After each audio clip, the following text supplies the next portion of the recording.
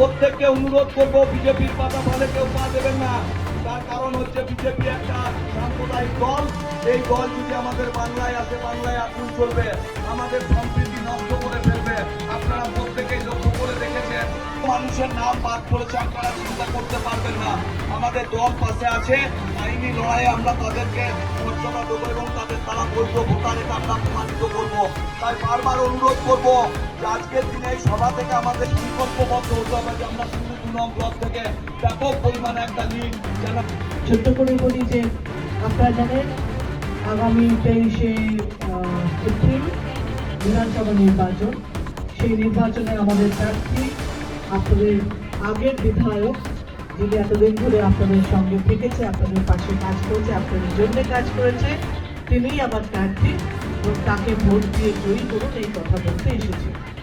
আপনারা জানেন যে মমতা ব্যানার্জি কথা রাখে, তার প্রমাণ আপনারা যে প্রকল্পগুলো মমতা ব্যানার্জি শুরু করেছিল প্রত্যেকটা প্রকল্প আপনাদের কাছে পৌঁছয়। পশ্চিমবঙ্গে এমন কোনো পরিবার নেই যেই পরিবারে মমতা ব্যানার্জির কোনো প্রকল্প পায়নি, এমন কোনো পরিবার নেই।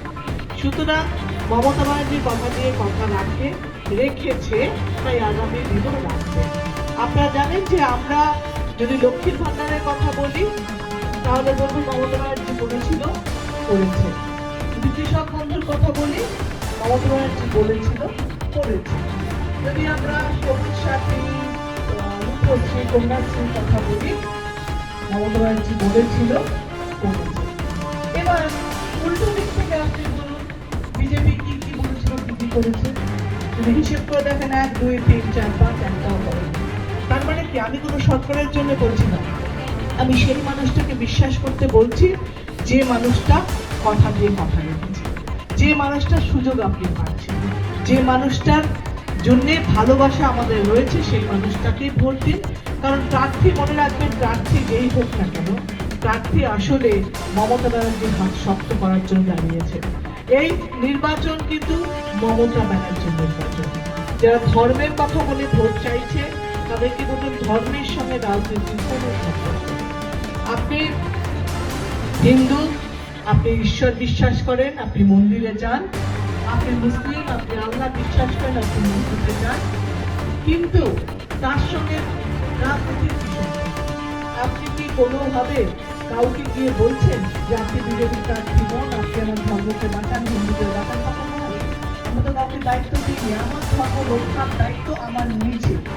আমি ঈশ্বরকে বিশ্বাস করি কি আল্লাহকে বিশ্বাস করি সেটা আমার ভাবনা। আমি যে ধর্মে জন্মেছি, আমি যে পরিবারে জন্মেছি, আমি তাকেই ভালোবাসি, তাকে বিশ্বাস করি, মনে করি যে ওপরওয়ালা আছে বলে আমরা আজও বেঁচে আছি। ধর্মের সঙ্গে রাজনীতির কোনো সম্পর্ক নেই। যারা ধর্মকে নিয়ে রাজনীতি করে এবং যারা যে দল ধর্মকে বিভেদ করে, হিন্দু মুসলিমকে আলাদা করছে, যে দল আপনাকে বলছে যে আপনি হিন্দু, আপনি মুসলিমকে ঘৃণা করুন, যারা বলছে আপনি মুসলিম, আপনি হিন্দুকে ঘৃণা করুন, সেই দলের জন্য থাকবেন না। ভোট আপনার যাকে দিতে হয় দেবেন, কিন্তু ধর্মের ভিত্তিতে, ধর্ম বিভেদের ভিত্তিতে কাউকে ভোট দেবেন না। তাহলে কিন্তু আমাদের মানবিকতা শেষ হয়ে যাবে, আমাদের সম্পর্ক শেষ হয়ে যাবে, আমাদের প্রতিবেশী যারা যাদেরকে আমি চাচি ডাকি, যাদেরকে আমি কাকু ডাকি, যাদেরকে আমি কাকা ডাকি, যাদেরকে নানা ডাকি, যাদেরকে দাদু ডাকি, সেই সব লোক দাঁড়িয়ে আছে।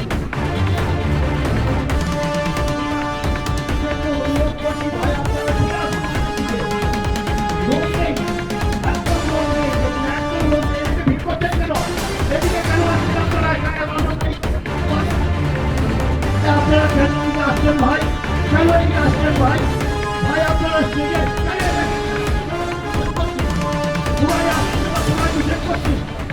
এইদিকে যাবেন না কেউ,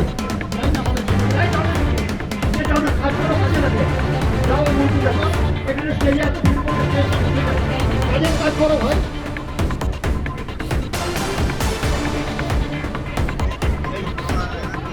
আচ্ছা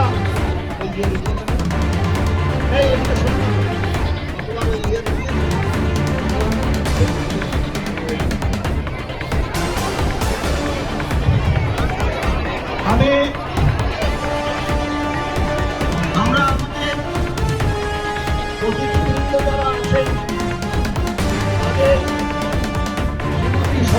রায়কে বরণ করে নেবেন।